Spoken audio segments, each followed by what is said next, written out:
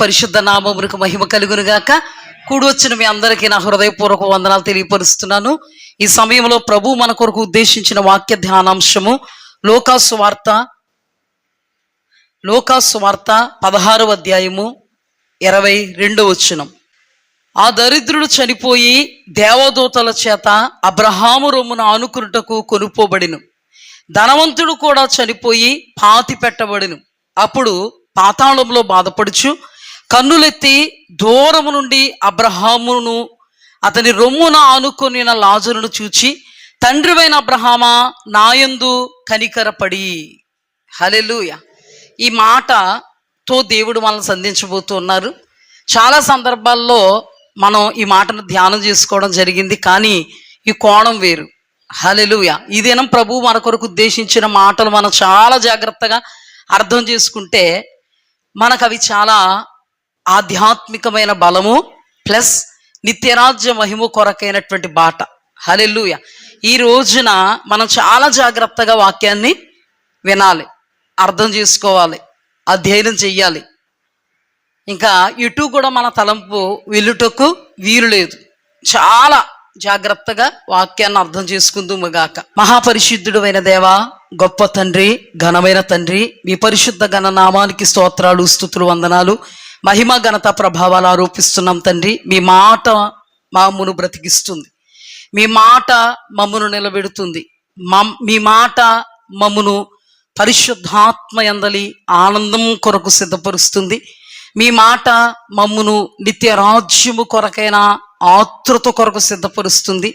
అయా పరలోక రాజ్యము, అయా ఆహారము తినుటియు కాదు, త్రాగుటియు కాదు, అయా నీతియు సమాధానమును పరిశుద్ధాత్మ యందలి ఆనందము అని రోమీయులకు రాసిన పత్రిక 14వ అధ్యాయంలో ప్రభా మీరు తెలియపరిచారు.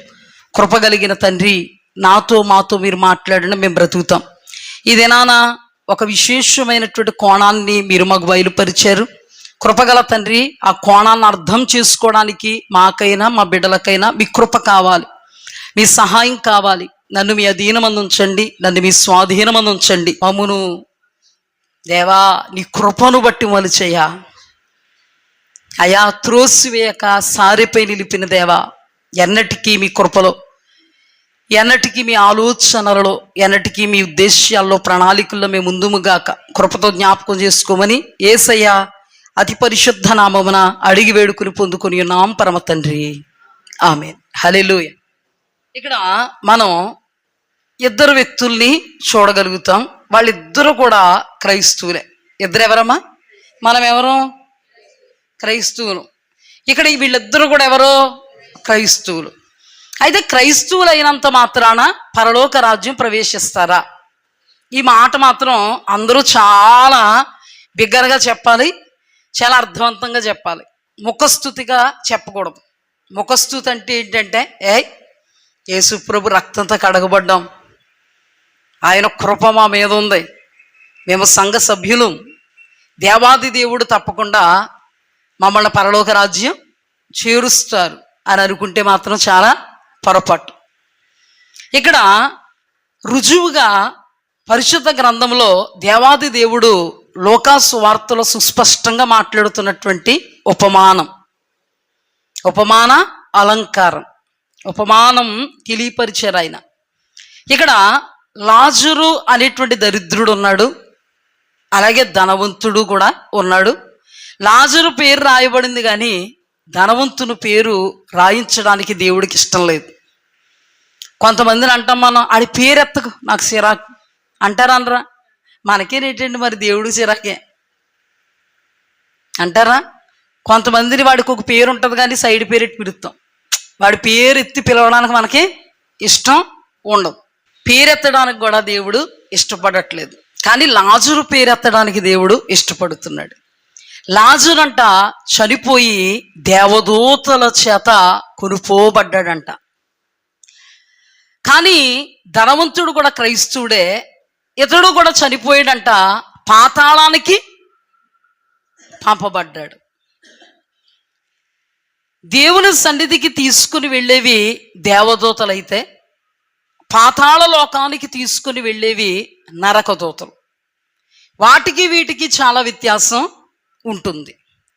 ఇప్పుడు సుస్పష్టంగా మీరు అర్థం చేసుకోవలసింది ఏంటంటే, ఈ సందర్భాన్ని బట్టి యేసుక్రీస్తు ప్రభువారు రక్తంలో కడగబడ్డాం, బాప్తిస్మ అనుభవంలో ఉన్నాం, మేము క్రైస్తవులు అని అన్నంత మాత్రాన పరలోక రాజ్యం మనకి సంప్రాప్తమా అంటే కానే కాదు.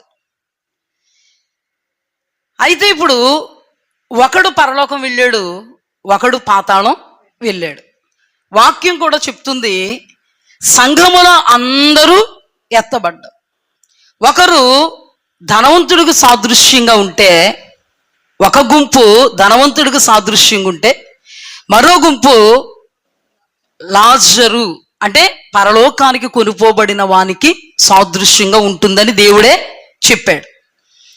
ఇంకొక మాటగా దేవుడు ఏమన్నాడంటే, బండ మీద ఇల్లు కట్టుకునివాడు బుద్ధిమంతుడు, ఇసుక మీద కూడా ఇల్లు కట్టుకున్నవాడు ఉంటాడు, వాడు బుద్ధిహీనుడు. మత్తయి సువార్త 25వ అధ్యాయంలో దీని సెమరిని మనం చూస్తే, బుద్ధిమంతులు అనబడిన వాళ్ళు పరలోక రాజ్యంలో ప్రవేశించారు, బుద్ధిహీనులు అనబడిన వాళ్ళు విడవబడ్డారు, అంటే వాళ్ళ యొక్క అంతం నరకం. ఇక్కడ సంఘంలో అందరూ ఎత్తబడతారా?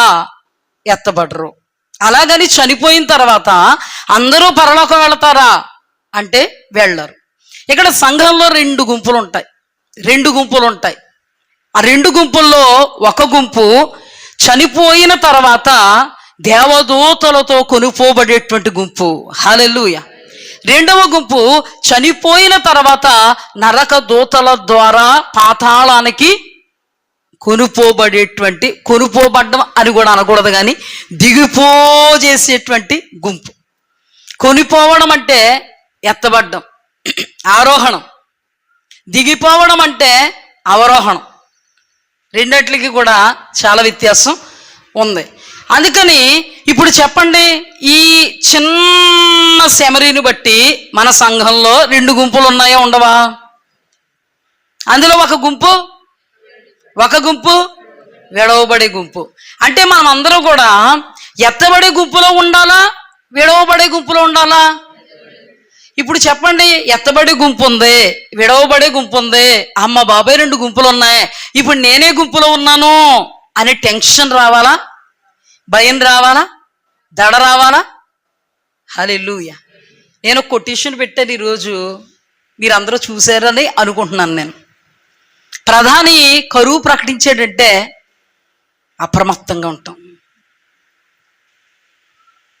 కానీ దైవజనుడు ఉగ్రత రాబోతుంది సుమా జాగ్రత్త అన్నారంటే లోతు భార్య. ఈ రోజున సమాజం ఎలా అయింది? అనవసరమైన వాటికి ప్రియారిటీ ఎక్కువైపోతుంది. అవసరమైన శాశ్వతమైన జీవింపజేసే యుగయుగాల ఆనందానికి ప్రియారిటీ ఏమైపోతుంది? తగ్గిపోతుంది. కానీ ఈరోజు దేవుడు ఇస్తున్నటువంటి హెచ్చరిక ఏంటో తెలుసా? మన జీవితానికి ఒక ఫుల్ స్టాప్ అంటూ ఏదో ఒక రోజున పడుతుంది. దానికి సమయం లేదు, సందర్భం లేదు, దానికి వయస్సుతో నిమిత్తం ఏమాత్రము లేదు. ఒక దినాన మన మరణమే మన ఆధ్యాత్మికంగా లేదా మనలో ఉన్నటువంటి ఆత్మకు స్వర్గమా నరకమా అనే దాన్ని డిక్లేర్ చేస్తుంది. ఇక్కడ రాయబడిన మాట ఏంటంటే, చనిపోయిన వెంటనే దేవదూతలతో కొనుపోబడ్డాడు. ఎవరో? లాజరు. ఇక్కడ చనిపోయిన వెంటనే నరక దూతలతో పాతాళానికి దిగిపోబడ్డాడు. ఎవరో? కానీ ఇక్కడ ఇద్దరు క్రైస్తవులే. ఎవరు?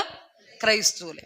అయితే ఇక్కడ జాగ్రత్తగా అధ్యయనం చేస్తే మనకి ఇంకా అవునా కాదా, అవునంటావా కాదంటావా, అవునంటావా లేదంటావా, ఇది ఏం డౌట్ వద్దు. ఖచ్చితంగా మనకి రెండు దారులు. ఇక్కడ ఉన్నటువంటి మనం అందరూ పరలోకం వెళతామా మనకి తెలీదు, నరకం వెళ్ళిపోతామా మనకే తెలీదు. తెలియపరిచేది దేవుని వాక్యం.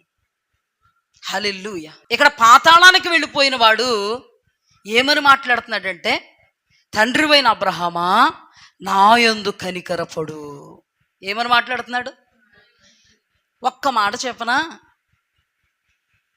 ఈ లోకములో మనం బ్రతుకుతున్నటువంటి బ్రతుకే దేవుని కనికరం వలన వచ్చిన బ్రతుకు. హల్లెలూయా. ఈ లోకములో మనం బ్రతుకుతున్నటువంటి బ్రతుకులో దేవుడు వాక్యము ద్వారా మనతో మాట్లాడడమే, కనికరముతో మనల్ని ప్రేమిస్తూ మనకిచ్చినటువంటి అవకాశం. హల్లెలూయా.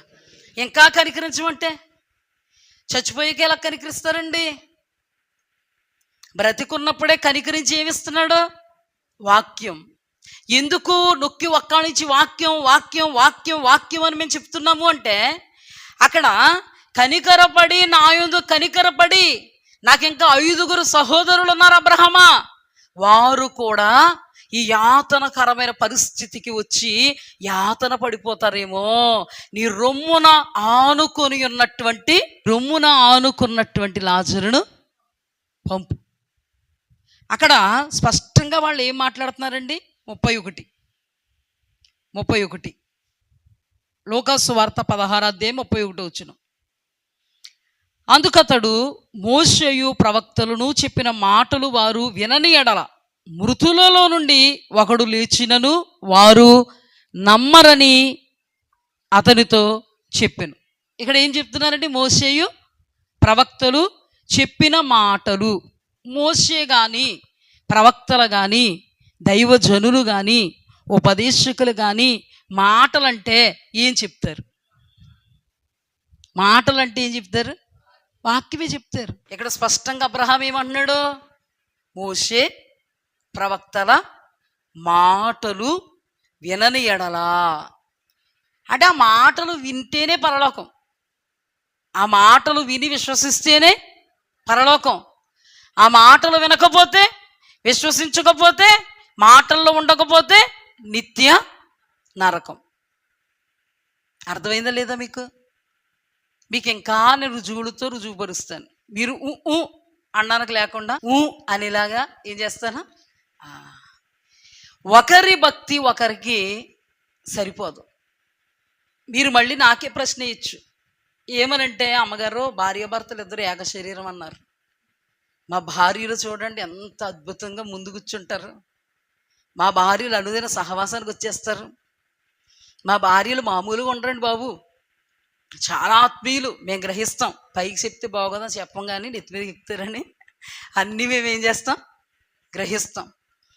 మా భార్య అలాగే వెళ్ళిపోతూ ఉన్నప్పుడు మా భార్యని నేను పట్టేసుకుంటానండి. మీరే అన్నారు కదండి బాబు ఏక శరీరం దేవుని దృష్టిలో అని అన్నారు అనుకో. నేను అంటాను, సర్లే బాబు ఏక శరీరమే, రాత్రి భోజనం మీ ఆవిడే తింటుంది, నీకు పెట్టదంటే ఊరుకుంటారు మీరు? మా కడుపులో ఎలా నిండుతాయండి అంటారా? అందుకనే ప్రతిదానికి కోణాలు ఉన్నాయి. హల్లెలూయా. దేవునికి స్తుతి కలుగుగాక. ఇక్కడ ఆది కాండంలోనికి రండి ఒకసారి మీరు. ఆది కాండం 7వ అధ్యాయం 1వ వచనం. ఆది కాండము 7వ అధ్యాయం 1వ వచనం.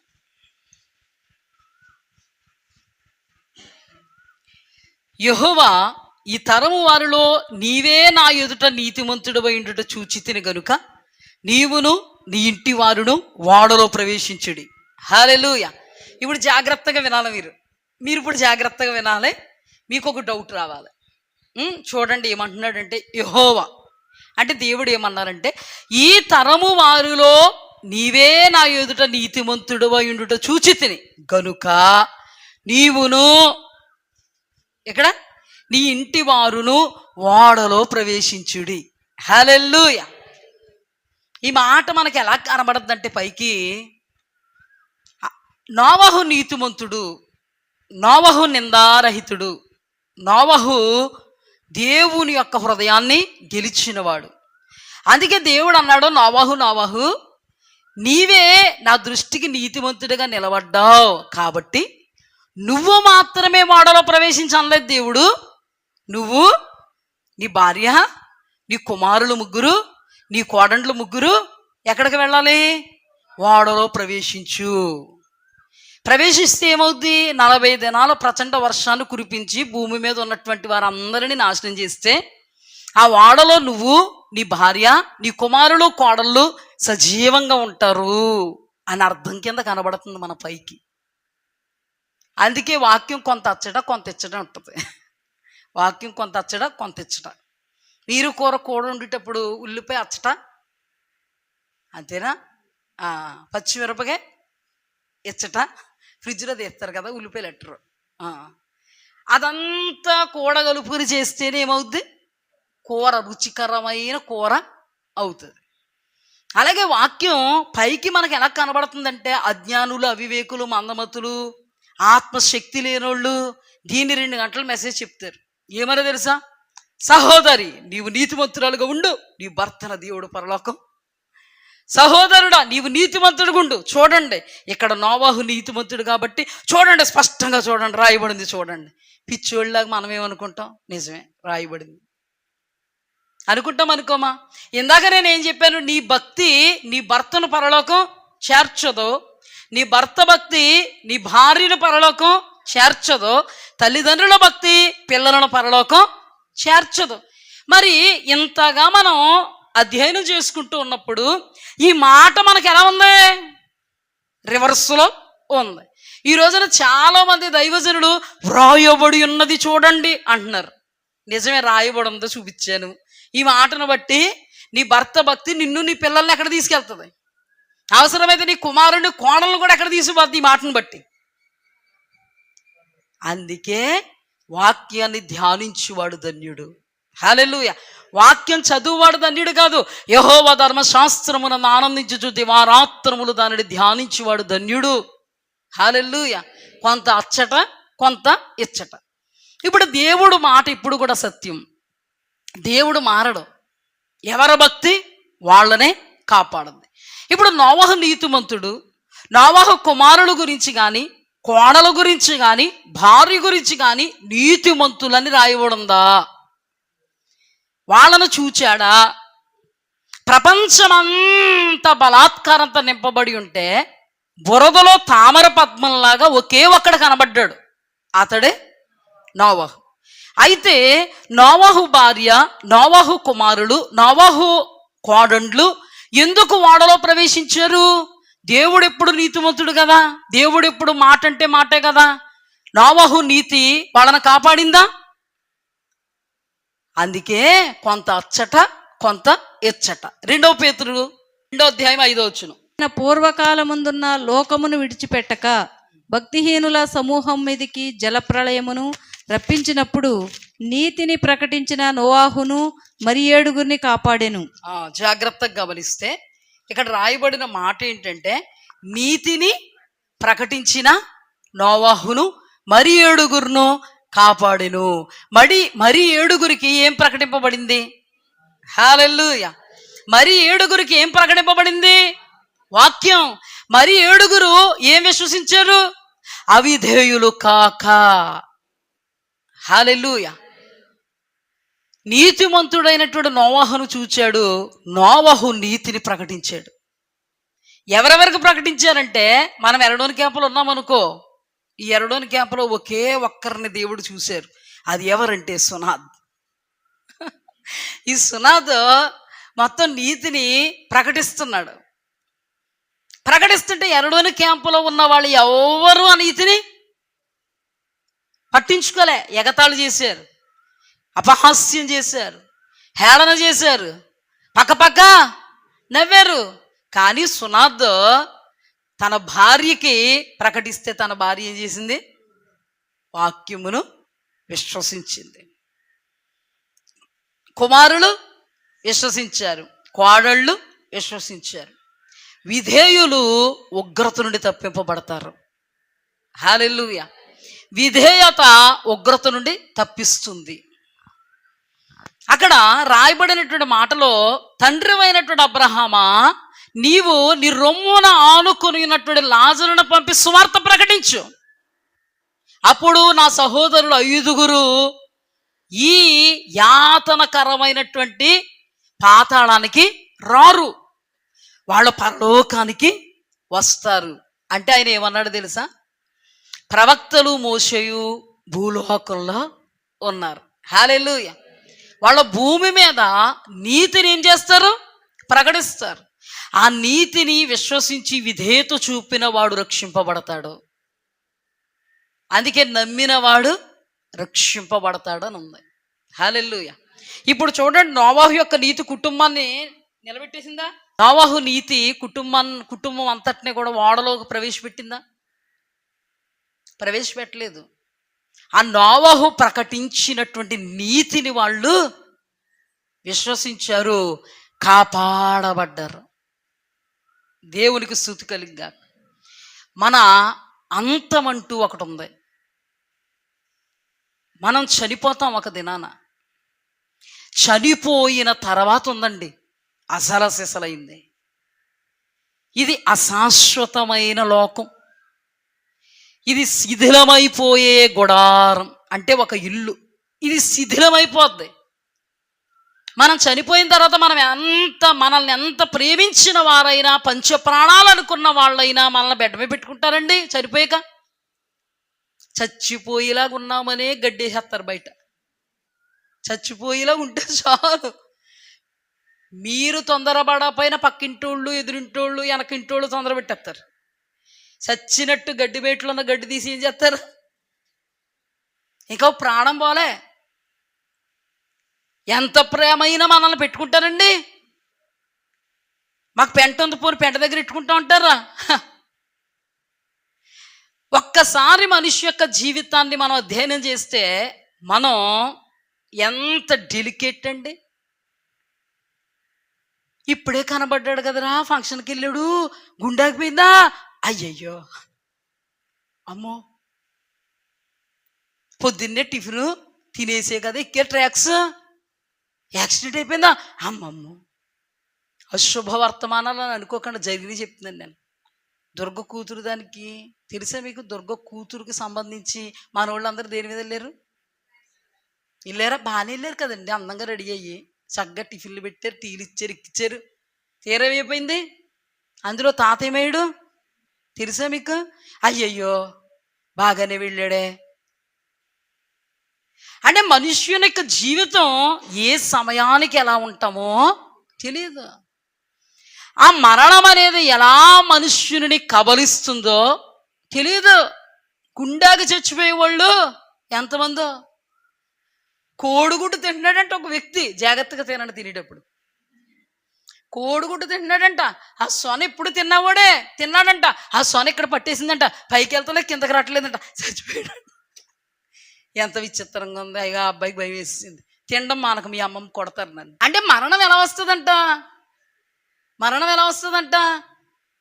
మరణిస్తామని ఎవరికైనా తెలుస్తుందండి? ఒకవేళ అటువంటి కళ వస్తే చీడకాల పీడకాలు అంటాం, అస్సలు జరగకుండును గాక. అలాంటిది మరణం వచ్చి ఏం చేస్తుంది?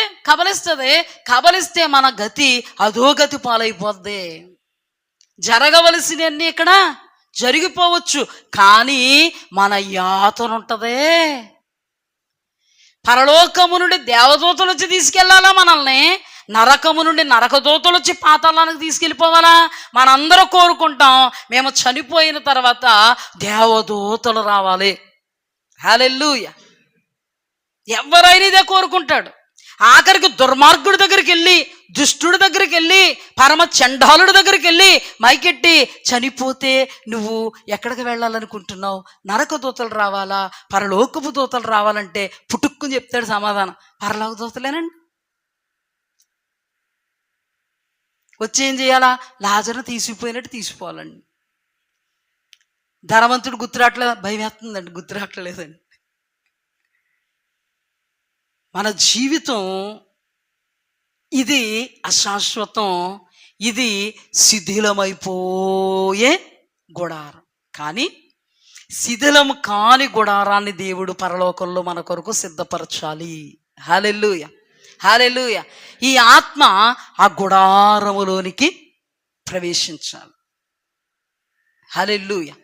ఇది అశాశ్వతమైన జీవితం. మన జీవితం దేవుని వాక్యాన్ని బట్టి 60 సంవత్సరాలు అధిక బలం ఉన్న ఎడల 80 సంవత్సరాలు, అది కూడా ఆయాసమే దుఃఖమే. 80 సంవత్సరాల వాళ్ళు ఎవరన్నా బతికారు అంటే వాళ్ళ దగ్గరికి వెళ్తే శభాష్ బాగా ఉన్నావు అని అనలేం. దగ్గుతా, తుమ్ముతా, తూలుతా, ముక్కుతా తాతే. ఇంకా కొంతమంది అనుకుంటారు ఈ తాత అనవసరంగా ఉన్నాడు, పోతే బాగుండు, ఏం ప్రయోజనం. అంతేగా తాత కూడా అనుకుంటాడు చిన్నోళ్ళు అందరూ పోతున్నారు, నేను పోవట్లేదు, ఎందుకు వచ్చిన బతుకు అంటాడు. ఏ తాతనన్నా చూసారు ఈ రోజులో 80 సంవత్సరాల తాతని? అంటే మానవుని యొక్క జీవితం చూడండి, ఆశలు పెట్టేసుకోకండి ఈ జీవితం మీద. దేవుని రాజ్యము ఆహారము పానము కాదు. దేవుని రాజ్యము సమాధానము, పరిశుద్ధాత్మ యందలి ఆనందము, నీతియు. హల్లెలూయా. అందుకే దేవాది దేవుడు మనుష్యుడు రొట్టె వలన మాత్రం కాదు, దేవుని నోట నుండి వచ్చు ప్రతి మాట వలన జీవిస్తాడు. ఈ లోకము తర్వాత శాశ్వతమైనటువంటి లోకం ఉంది. పౌలు గారు తిమోతికి రాస్తూ ఈ అశాశ్వతమైన లోకం అన్నాడు దీన్ని. హల్లెలూయా, హల్లెలూయా. శాశ్వతమైన లోకం అన్నాడు పరలోకం. శిథిలము కాని గుడారం అన్నాడు, ఆ గుడారం. హల్లెలూయా. అయితే ఇప్పుడు మనం అధ్యయనం చేసుకోవాల్సింది ఏంటంటే, ఎవరో భక్తి మనకి పనిచేయదు,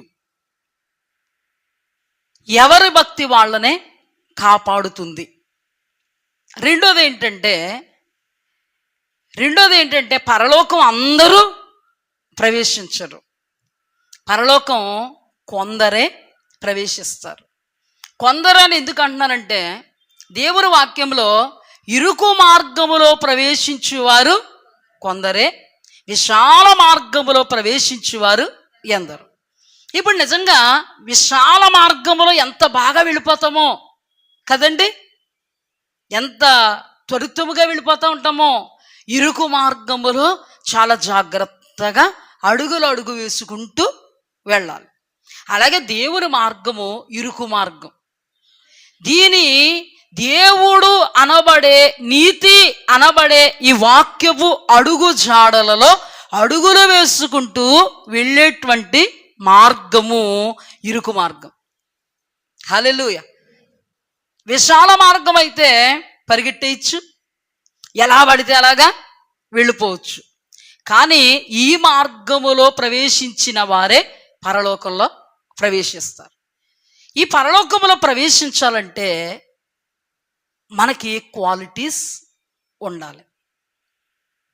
మనము ఏ ముద్రలను ముద్రింపబడిన వారమై ఉండాలి. మనలో ఎటువంటి ఆనవాళ్ళు ఉండాలి. మీకు అద్భుతంగా వాక్యంలో నుండి ఒక నిగూఢమైనటువంటి సత్యాన్ని పరిశుద్ధాత్మ ప్రేరణతో మీకు ప్రకటిస్తాను. నిర్గమకాండంలోకి రండి ఒకసారి. నిర్గమకాండం 12వ అధ్యాయం 12వ వచనం దేవుడు చెప్తున్న మాట.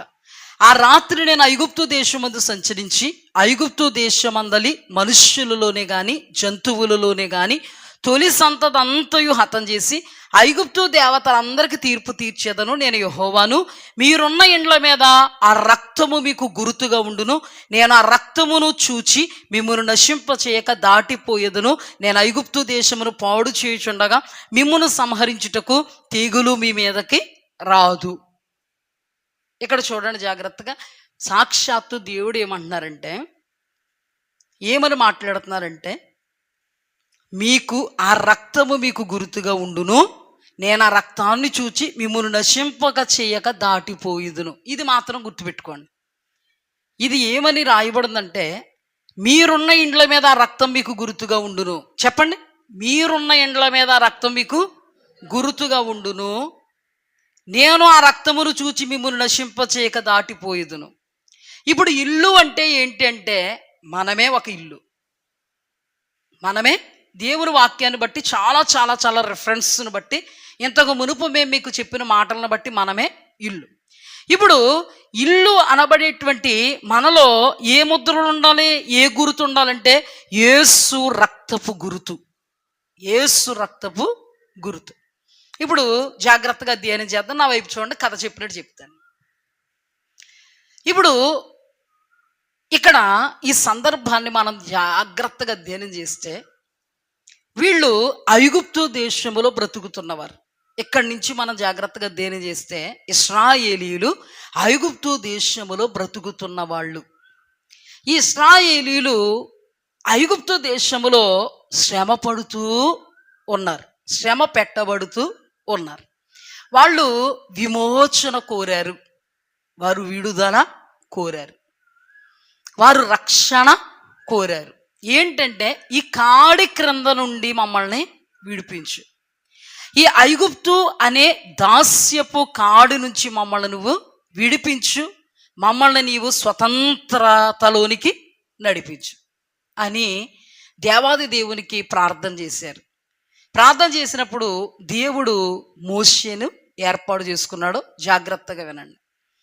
మోషేను ఏర్పాటు చేసుకున్నప్పుడు మోషే ద్వారా దేవుడు అద్భుతాలు చేశాడు. అప్పుడు ఇశ్రాయేలీలకి ఏ ఇన్స్ట్రక్షన్స్ లేవు. అర్థమైందా మీకు? అర్థమైందా? మోషే ద్వారా కర్రను పాముగా చేస్తే వాళ్ళు కూడా, ఐగుప్తు దేశంలో ఉన్న వాళ్ళు మాంత్రికులు కూడా వాళ్ళ కర్రలతో పామును చేస్తే వాటిని అహరోను కర్ర ఏం చేసింది? మింగేసింది. అహరోను కర్ర మింగేసింది ఫస్ట్. రెండోది ఏంటంటే, ఇక్కడ కూడా ఇశ్రాయేలుకి ఏమైనా ఇన్స్ట్రక్షన్స్ ఉన్నాయా? ఇశ్రాయేలుతో దేవుడు ఏమైనా మాట్లాడా? ఇలా ఉండాలి, అలా ఉండాలని నీ సూచిక్రియ చేస్తాను అన్నాడా? లేదు. రెండవదిగా నీటిని రక్తంగా చేశాడు. కానీ ఇశ్రాయేలీలకు తప్ప ఐగుప్తు దేశంలో ఉన్న వాళ్ళందరికీ నీళ్ళు ఏమైపోయినాయి? రక్తం అయిపోయినాయి. మాంత్రికులు కూడా వాళ్ళ మంత్రాల చేత రక్తంగా మార్చారు. మూడవదిగా కప్పలు పంపించారు. కానీ ఆ కప్పలు ఐగుప్తు దేశం అంతటా ఉన్నాయి, కానీ ఇశ్రాయేలీయులు నివాసం చేస్తున్నటువంటి అదే ఐగుప్తు దేశంలో గోషేను ప్రాంతములో లేవు. అప్పుడు కూడా దేవుడు ఏ ఇన్స్ట్రక్షన్ ఇశ్రాయేలీలకి ఇవ్వలేదు. కప్పల్ని ఎప్పుడు చేశారో వీళ్ళు కూడా కప్పలు చేశారు. మోషే తర్వాత పేలు చేశాడు. ఆ తర్వాత ఈ మాంత్రికుల పేలు చేయలేకపోయారు, ఇది దైవశక్తి అన్నారు. అర్థమైందా? ఆ తర్వాత ఈగలో, ఆ తర్వాత మిడతలో, ఆ తర్వాత ఆవమును అలా గాలిలో చల్లితే ఐగుప్తు దేశంలో ఉన్న ప్రతి ఒక్కరికి కూడా దద్దుర్లు, పొక్కులు వచ్చాయి. ఆ తర్వాత వడగండ్లు, ఆ వడగండ్లతోటే వీటిని ఏమంటారు, పిడుగులు పంపి పశువుల్ని అలాగే పంట చేలుని నాశనం చేశాడు దేవుడు. ఆ తర్వాత కటిక చీకటిని కూడా పంపించాడు. అన్ని అద్భుతాలు చేశాడు దేవుడు. దాదాపు 9 అద్భుతాలు చేశాడు. 9 అద్భుతాలు చేసినప్పుడు ఐగుప్తీయులు శ్రమ పడ్డారు, ఐగుప్తీయులు బాధింపబడ్డారు, ఐగుప్తీయులు నష్టపోయారు, ఐగుప్తీయులు భీభత్సమైనటువంటి శ్రమను ఎదుర్కొన్నారు.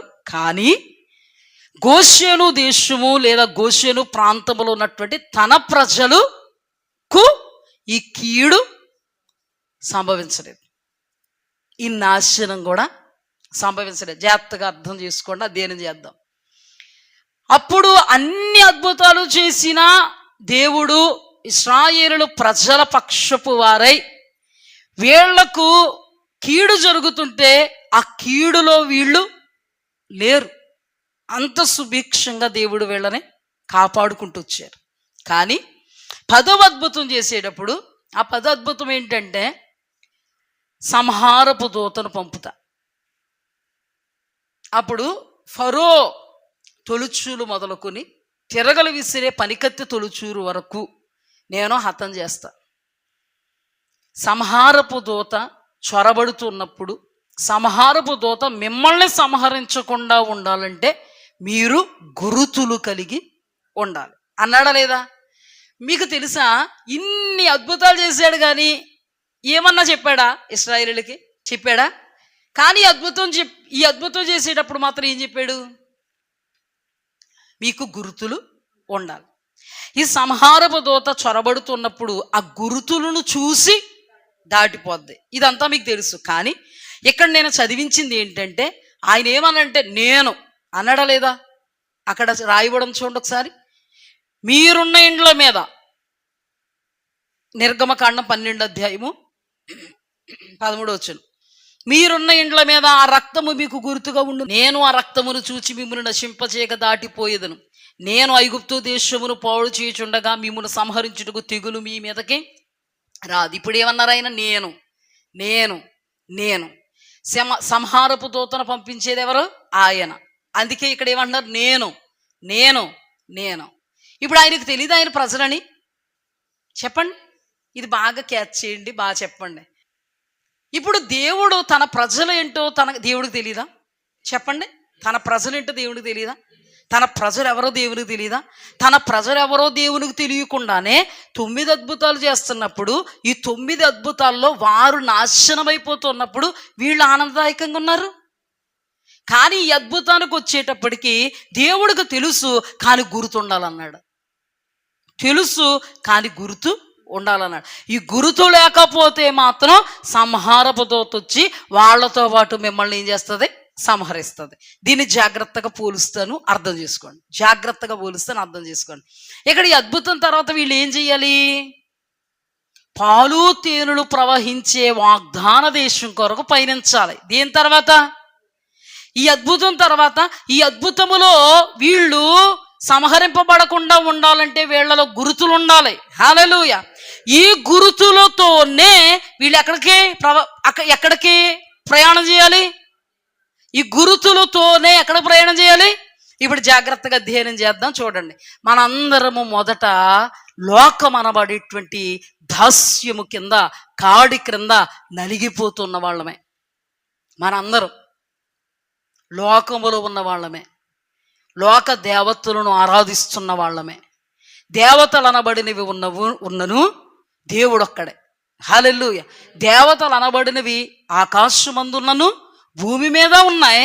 అయితే దేవుడు ఒక్కడే. ఆ దేవుడు దేవతలకు పైగా దేవుడు. హల్లెలూయా.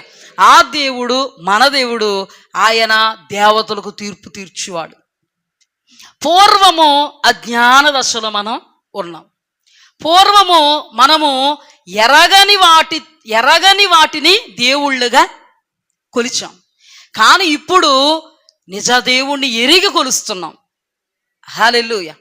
మునుపు మనము లోకస్తులు. మునుపు మనము లోకం అనబడే సాతాను కాడి క్రింద ఉన్నవాళ్ళం. అంటే అపవాదికి సంబంధించిన దేవతల కాడి క్రింద, ఆచారాల కాడి క్రింద, మాసములు, కాలములు, సమయములు, ఉత్సవ కాలములు అనబడే మూల పాఠాల కాడి క్రింద, నిష్ప్రయోజనమైన బలహీనమైన వాటి క్రింద మనందరము ఉన్నవాళ్ళమే. అవునా కదా? అవునా కదా? అవునా? హల్లెలూయా. ఆ రోజున మనలో నీతి ఉందనా దేవుడు మనకు అద్భుతాలు చేశాడు? మనకు వాక్యం ఉందన్నా, వాక్యానికి విధేయులమయ్యామన్నా మన జీవితంలో అద్భుతాలు జరిగాయి. ఈ రోజున దేవుని సన్నిధిలోకి రావడానికి కారణం ఏంటో తెలుసా? మన బ్రతుకుల్లో ఏదో ఒక సూచిక క్రియ జరిగింది. అర్థమైందా లేదా? కొందరికి దేవుడు స్వస్థతలు చేశాడు. వెంకటేశ్వరరావు గారికి మా మొదటి ఫ్రూట్స్ కదా వాళ్ళు. వెంకటేశ్వరరావు గారు ఇక్కడికి వచ్చిన కొత్తలో, మేము ఇక్కడికి వచ్చిన కొత్తలో, మరి వెంకటేశ్వరరావు గురించి తెలియదు కానీ ఆయన ఎప్పుడు వచ్చారో, ఆయన చెవి బలహీనతతో మా దగ్గరికి వచ్చారు. మా దగ్గరికి వచ్చినప్పుడు మేము ఏం చేసామంటే, ఆయనకి ప్రార్థన చేయగానే వెంటనే దేవుడు స్వస్థపరిచాడు. ఆ చీము అదంతా చాలా భయంకరంగా ఉండేదంట. ఎక్కడికి వెళ్ళినా కూడా తగ్గలేదంట. కానీ ఆయన్ని దేవుడు మా ముఖాంతరంగా ఏం చేశారు? స్వస్థపరిస్తే అప్పటి నుంచి ఆయన మన సన్నిధికి, సంఘానికి రావడం. అలాగే పుష్పగారు కూడా చాలా బలహీనం. అప్పుడు పుష్పగారికి కూడా ఏదో అద్భుతం జరిగింది. అప్పటి నుంచి వాళ్ళు ఎక్కడికి వచ్చారు? అప్పటి వరకు వాళ్ళు ఎవరు? కానీ అప్పటి నుంచి మొదలు పెట్టారు లేదా రావడం. ఇలాగా మన సీత గారు ఉన్నారనుకో, ఆవిడ గురుండి కూడా మీకు తెలుసు. తన బాబు ఏదో చనిపోయినప్పుడు, కళ్ళు ఏదో కనబడలేనప్పుడు మొత్తానికి దేవుడు ఏదో అతీత కార్యం చేసి వాళ్ళలో ఏం చేశారు? దేవుడు అంటే మొత్తానికి ఒక సువార్త ప్రకాశము, ఒక అద్భుతము, ఒక స్వస్థతో, ఒక ఆశ్చర్య కార్యమో ఏదో, లేదా నీ పక్కోళ్ళు జీవితంలో నువ్వు ఏదో చూసో, లేదా ఆయన ఇచ్చిన దర్శనమో, ఆయన ఇచ్చిన ప్రత్యక్షతో నిన్ను ఆ కాడి క్రింద నుండి దేవుని సన్నిధిలోకి నడిపించింది. ఆ రోజున నువ్వు ఆయన వేడుకుంటే జరిగిందా కార్యం? చెప్పండి. ఆయన వేడుకుంటే జరిగిందా? ఆయన నువ్వు నీకు ఆయన తెలుసా? కానీ దేవుడు ఏం చేశాడు మనల్ని? ఇశ్రాయేలీల్లో 9 అద్భుతాలు చేశారే. ఈ 9 అద్భుతాలు వారిలో ఉన్న నీతిని బట్టి, యథార్థతను బట్టి, నమ్మకతను బట్టి, పరిశుద్ధతను బట్టి చేశాడు దేవుడు. వాళ్ళని విడిపించడానికి చేశాడు. అర్థమవుతుందా మీకు? అంటే పోలిక చెప్తున్నాను. దేవుడు నాకు బయలుపరిచిన పోలికను నేను మీకు చెప్తున్నా. అందరికీ పోలిక బయలుపరచడం లేదు. మన వాక్య సారాంశం సత్యం అంతే. హల్లెలూయా. అందరికీ ఈ పోలిక బయలుపరచబడద్దా? అవునా కాదా నాకు తెలియదు. కానీ మీరు ఈ పోలికను వింటూ ఉన్నప్పుడు సత్యం అసత్యం అంటూ మీకు తెలుస్తుంది. ఇప్పుడు చెప్పండి, సత్యమా సత్యమా? సత్యమా సత్యమా అంటే వాళ్ళను విడిపించడం కోసం. ఎక్కడి నుంచి? వాళ్ళని విడిపించడం కోసం, వాళ్ళని నడిపించడం కోసం, వాళ్ళలో విశ్వాసం పుట్టడం కోసం, వీళ్ళకి భయం పుట్టడం కోసం, వీళ్ళు ఎంత భీతిలో ఉన్నా తన ప్రజలను కోడి తన రెక్కల నీడలో దేవుడు ఎలా భద్రపరిచాడో వాళ్ళకి తెలియజేసుకుని దేవుని మీద విశ్వాసాన్ని, నమ్మకాన్ని వాళ్ళకి పుట్టించాడు. ఈరోజు వెంకటేశ్వరరావు గారు వస్తున్నారంటే దేవుడి మీద విశ్వాసం, నమ్మకం ఉందా ఆయనకి? లేదా? అలా మన సంఘంలో చాలామంది దేవుడి దగ్గరికి వస్తున్నారంటే, ఇప్పుడు పద్మగారు ఉన్నారంటే దుర్గమ్మ భక్తురాలు ఆవిడ. నాకు తెలుసు, మీకు తెలియదేమో. ఆవిడికి వస్తున్నారంటే ఏంటి? ఆది తొలి దినాలో. ఇప్పుడంటే మనకి అమ్మ బాబా పద్మగారు బలవంతులు, పలానా బలవంతులు అనుకున్న ఆదిలో వాళ్ళు ఎవరు? యేసుప్రభు అంటేనే సిర్రెత్తిపోయి రకాలు కూడా ఉంటారు, చాలామంది ఉన్నారు కూడా ఉన్నారు. వాళ్ళు ఏమీ సిగ్గుపడరు చెప్పడానికి. నిజమే, వాస్తవం. అవును కదా? అంటే వీళ్ళందరినీ దేవుడు ఆ రోజున, దేవుడికి వీళ్ళకి సంబంధం ఏమీ లేదు, దేవుణ్ణి తండ్రి అని అనలేదు, దేవుణ్ణి చూడలేదు. అయినా వాళ్ళకి ఏదో ఒక స్వార్థ ప్రకాశము ద్వారా దేవుడు వాళ్ళని ఆకర్షించాడు, అద్భుతము ద్వారా ఆకర్షించాడు, స్వస్థత ద్వారా ఆకర్షించాడు, ఆశ్చర్య కార్యము ద్వారా ఆకర్షించాడు. హల్లెలూయా. ఆకర్షిస్తే వాళ్ళు విడుదల పొందారు. ఎక్కడి నుంచి వచ్చారు వాళ్ళు? లోకములో నుండి వచ్చారు. లోకం అనబడే కాడి క్రింద నుండి వచ్చారు. దాస్యములో నుండి వచ్చారు. వస్తే పరలోకి వెళ్ళిపోతారు. ఇప్పుడు చెప్పండి, వెళ్ళిపోతారా? వెళ్ళరు. నమ్మిన వాడు రక్షింపబడును అని రాయబడింది. ఆ సువర్తమానాన్ని, ఆ స్వస్థతను, ఆ అద్భుత ఆశ్చర్య మహాశ్చర్య కార్యాన్ని మీరు నమ్మారు, రక్షణలోనికి మీరు వచ్చారు. అర్థమైందా? కొందరు ఉన్నారు, నాతో చాలామంది ప్రార్థన చేయించుకున్నారు. కళ్ళు పోయిన వాళ్ళు కూడా కళ్ళు వచ్చాయి 2 సార్లు. కాళ్ళు 2 పని చేయకపోతే చాలా భయానకమైనటువంటి పరిస్థితులు వాళ్ళు ఉన్నప్పుడు ప్రార్థన చేస్తే వెంటనే ప్రవచనం విడుదలైతే మరుక్షణం డాక్టర్ గారు ప్రేరేపింపబడి 2 కాళ్ళకి ఆపరేషన్ ఫ్రీగా చేసిన వాళ్ళు ఉన్నారు. ఇప్పుడు చక్కగా నడుస్తున్న వాళ్ళు ఉన్నారు, అన్యులు. అంటే ప్రార్థన చేస్తే వెంటనే కార్యాలు జరిగాయి, ప్రార్థన చేస్తే అద్భుతాలు జరిగాయి, ప్రార్థన చేస్తే సూచక క్రియలే జరిగాయి. కానీ నమ్మిన మీరు రక్షింపబడ్డారు, నమ్మని వారు వాళ్ళు అక్కడే కూర్చుని ఉన్నారు. అర్థమైందా లేదా? అంటే మనకి దేవుడిచ్చినటువంటి కృపను మనం కాపాడుకున్నామా లేదా? కాలదనుకున్నామా? కొందరు దేవుడిచ్చినటువంటి ఆహ్వానాన్ని ఏం చేశారు? కాదనకు దేవుడు ఇచ్చిన ఆహ్వానాన్ని, కాలదన్నుకోకు రక్షణ భాగ్యాన్ని. ఎంతమంది ఎరడోని క్యాంప గ్రామంలో రక్షణ భాగ్యాన్ని కోల్పోయారండి. వచ్చిన కొత్తలోనే దెయ్యాలతో పీడింపబడుతున్న వాళ్ళు, అంతవరకు పీడింపబడుతున్న వాళ్ళు దెయ్యాలు వదిలేసి దండం పెట్టి వెళ్ళిపోయినాయి.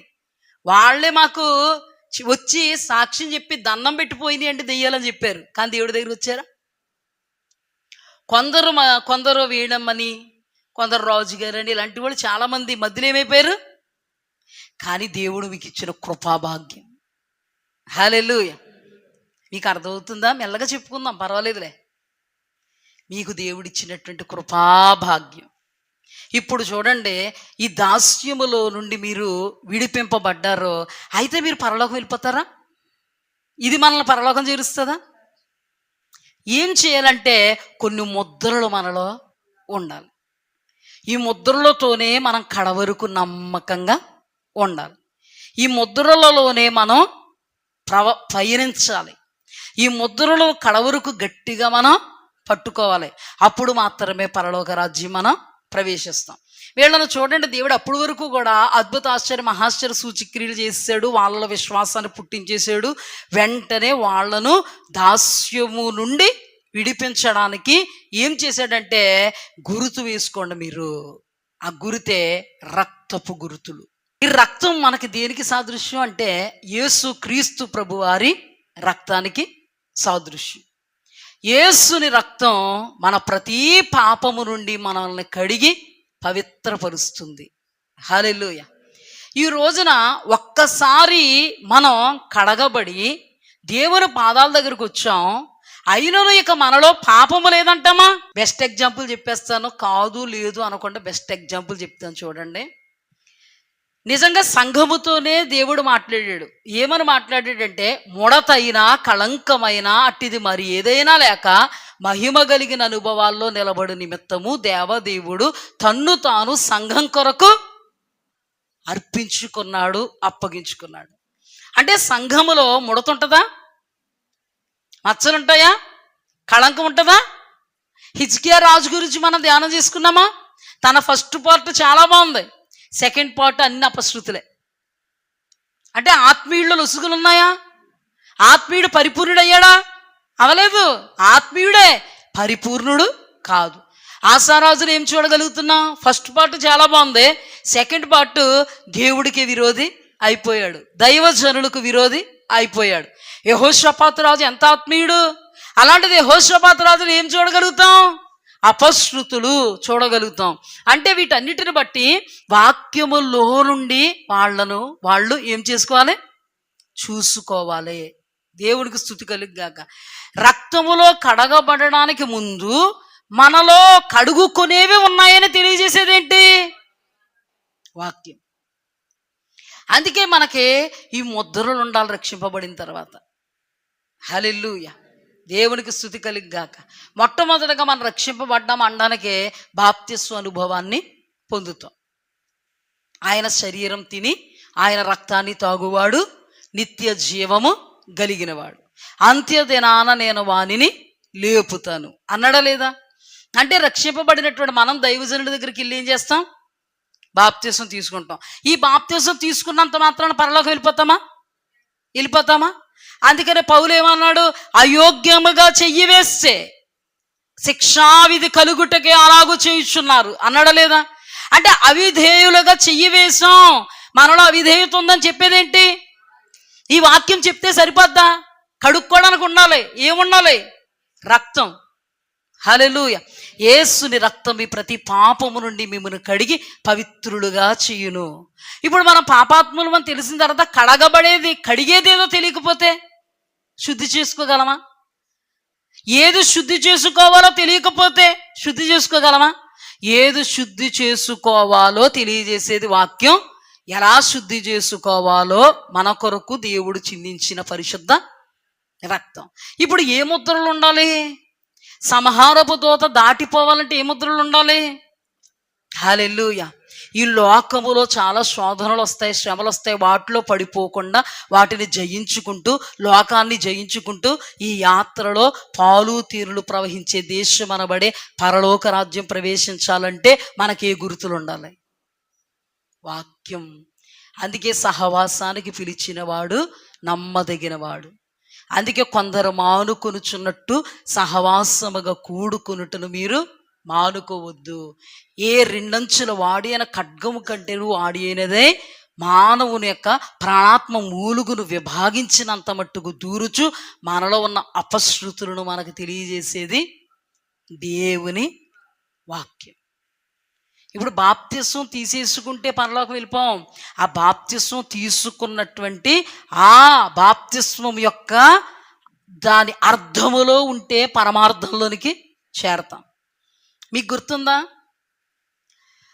సర్ప సంతానమా, రాబో ఉగ్రతను తప్పించుకున్నట్టుకు మీకు బుద్ధి చెప్పిన వాడెవరు? అబ్రహాము మా తండ్రి అని అనుకొనవద్దు. అబ్రహాముకు రాళ్ల ద్వారా దేవుడు సంతానాన్ని పుట్టించగలడు. మీరు నశించిపోతారంటే రాబో ఉగ్రతను తప్పించుకోవడానికి వాళ్ళు బాప్తిసం తీసుకోవడానికి వెళ్తున్నారు. మీకు అర్థమవుతుందా? కొందరు ఏమంటారు తెలుసా? మాకు బాప్తిసం ఇచ్చేయండి, బాప్తీసం ఇచ్చేస్తే పర్లోకి వెళ్ళిపోతాం అంటండి అంటారు. నామకార్థపు బాప్తీసం కాదు, నిజమే. దైవజనుడి ద్వారా నువ్వు బాప్తీసం తీసుకున్నావు, దాని పరమార్థంలో, దాని అర్థంలో, దాని పరమార్థంలో బ్రతకాలి. ఏమని అంటావు అక్కడ? పాపములో నేను చచ్చిపోయాను. ఏమంటావు? అన్నారా లేదా? ఏమన్నారు? మీరు పాపముల నిమిత్తము చనిపోయారా అని అడిగారు. అడిగితే మీరు ఏమన్నారు? చనిపోయాము అన్నారు. అన్నారా లేదా? చనిపోయారో లేదో ఎవరికి తెలుసు? దేవుడికి అన్నీ తెలుసు. చనిపోయామో లేదో ఎవరికి తెలుసు?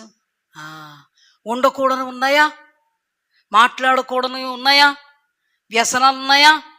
దేవుడి దగ్గరకు వచ్చేటప్పుడు ఆ బాప్తిస్మ అనుభవంలో ఉన్నప్పుడు ఎంత ప్యూర్గా ఉన్నావు, ఇప్పుడు ఉన్నావా? ఆ బాప్తిస్మ అనుభవంలో ఉన్నప్పుడు ఎంత సిద్ధపాటుతో ఉన్నావు, ఇప్పుడు ఉన్నావా? ఇలాగా ఉండకపోతే దేవుడు కొడతాడు, మరి జాగ్రత్త. అందుకే అయోగ్యముగా చేయి వేయువాడు తామకు శిక్షావిధి కలుగుటకి అలాగూ చేయుచున్నాడు, కొందరు నిద్రించుచున్నారు కూడా. అంటే నేను అన్నాను కదా, దేవుడు కొడతాడా కొట్టడా? చితక్ కొడతాడు. బాప్తిస్మం తీసుకున్న తర్వాత అసలు కథ మొదలవుద్ది.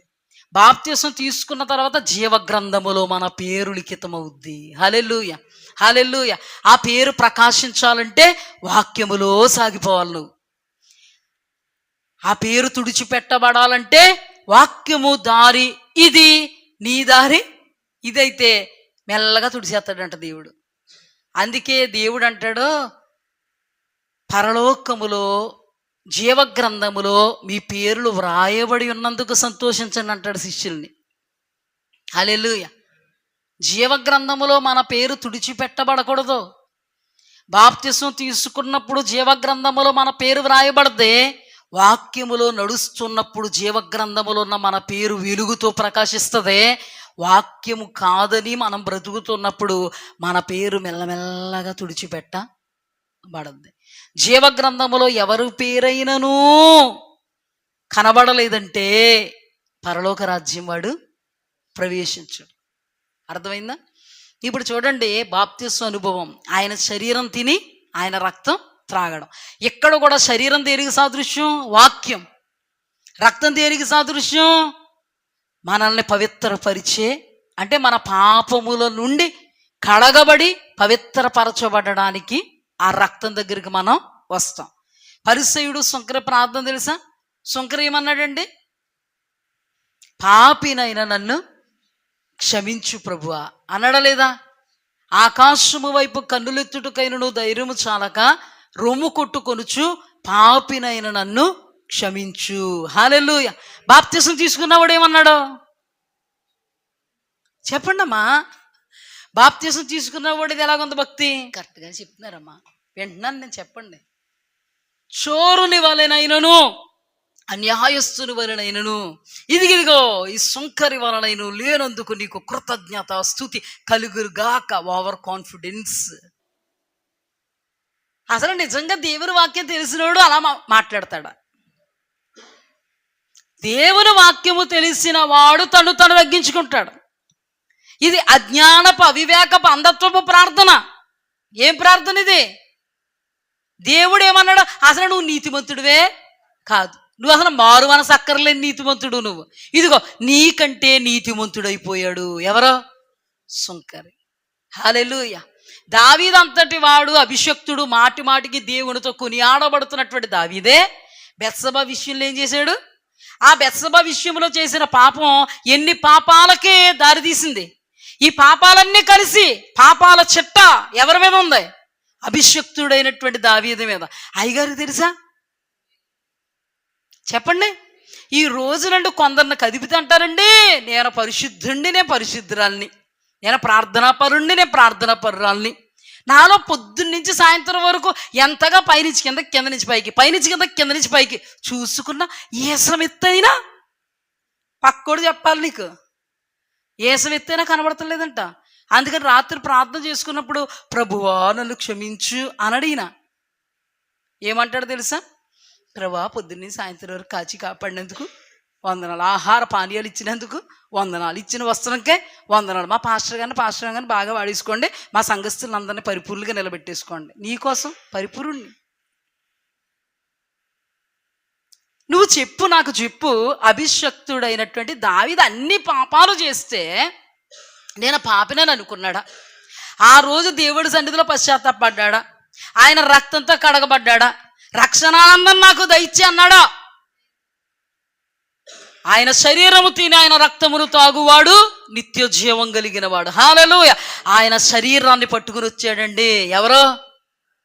ఆయన రక్తాన్ని పట్టుకొచ్చాడు. ఎవరో? నాతాను చెప్తున్నాడు, దావీదా నీవు నరహంతకుడువు, నీవు వ్యభిచారివి, దావీదా ఆజ్ఞాతిక్రమం అనే పాపములో కొట్టుమిట్లాడుతున్నావు, నీవు మరణ పాత్రుడువు దావీదా. నిజానికి ఈ రోజుల్లో మనుషులతో ఇలా చెప్తేనండి చెప్పు దెబ్బలు సివాట్లు తప్పవు. ఎవరికి? దైవజనులకి. ఏ అంటే ఓవర్ కాన్ఫిడెన్స్. ఆ దేవుడే దిగొచ్చినా నా కోసం ఏం చెప్తాడు? పరిశుద్ధుని అంటాడు నన్ను. పాస్టర్ అమ్మగారు ఏంటి ఇలాగంటారు? పాస్టర్ అమ్మగారిలో ఉన్న ఆత్మ వేరే, పాస్టర్ అమ్మగారిలో ఉన్న ఆత్మ వేరే, నీలో ఉన్న ఆత్మ వేరే. చెప్పు.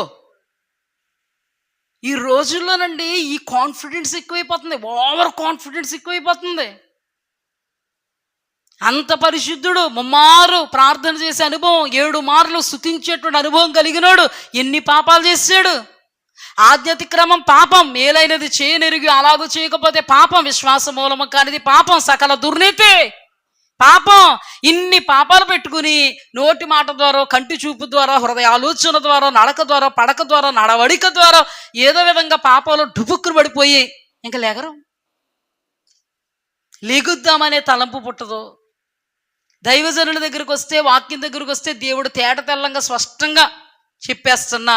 ఎంత ఓవర్ కాన్ఫిడెన్స్ అంటే దేవుడు ఎవరితోటో మాట్లాడుతున్నాడు, పక్కోళ్ళతో. నాతో అంటూ దేవుడు ఓ మాట చెప్పండి అమ్మా, నాతో అంటూ దేవుడు మాట్లాడలే, పక్కోళ్ళతోటే. కొంతమంది భార్యలేమో మా ఆయనతోటే, కొంతమంది భర్తలేమో మా ఆవిడతో బాగా మాట్లాడుతున్నాడు దేవుడు.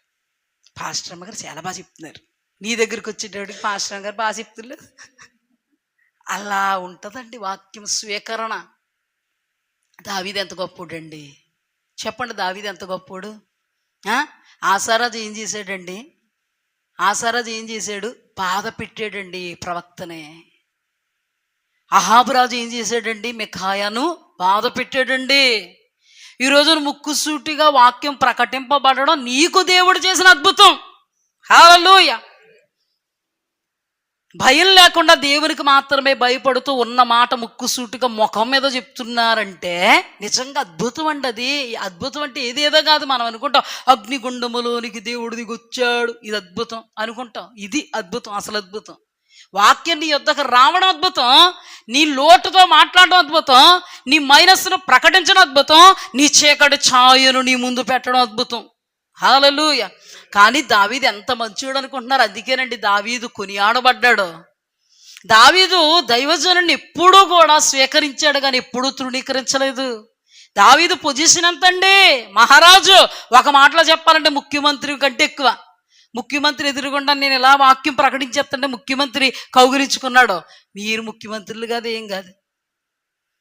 ఉన్న మాట ముఖం మీద చెప్తుంటే మూతులు తిరిగిపోయి వాళ్ళు ఒకళ్ళు, ముక్కులు తిరిగిపోయి ఒకళ్ళు ఇంట్ల దగ్గరికి వెళ్ళి అలా చెప్తేవేటి వాక్యం? మరి ఎలా చెప్పాలి వాక్యం? అంటే నేను స్వస్థపరిచినంతసేపు, నీకు అద్భుతాలు జరిగిపోయినంతసేపు, నీ నెత్తి మీద చెయ్యెత్తినంతసేపు, నీ పొట్ట మీద చెయ్యెత్తినంతసేపు, నీ కాలు మీద చెయ్యెత్తినంతసేపు, నీకు దేవుడు అద్భుతాలు చేసేసినంతసేపు అమ్మగారు చెయ్య, ఇది అమ్మగారు చెయ్యి. పాపం అమ్మగారు చెయ్యి ఇప్పుడు ఏమైపోయింది? అయ్యయ్యో శోచనీయం, విచారకరం, బాధాకరం. బాగుపడరండి ఇలాంటి వాళ్ళు. బాగుపడాలి అని అనుకుంటే దేవుని వాక్యం నీకు బోధపడాలంతే. హల్లెలూయా. ప్రకటిస్తున్నటువంటి దైవజనుడు నీకు బోధపడాలి. హల్లెలూయా. ముక్కుసూటిగా మాట్లాడడం ఎంత కష్టం, దేవుని ఆత్మ ఉంటే తప్ప అసాధ్యం అనే విషయం నీకు బోధపడాలి. అప్పుడు బాగుపడతావు. ఎలా ఉన్నారంటేనండి, అందితే జుట్, అందకపోతే కాల్.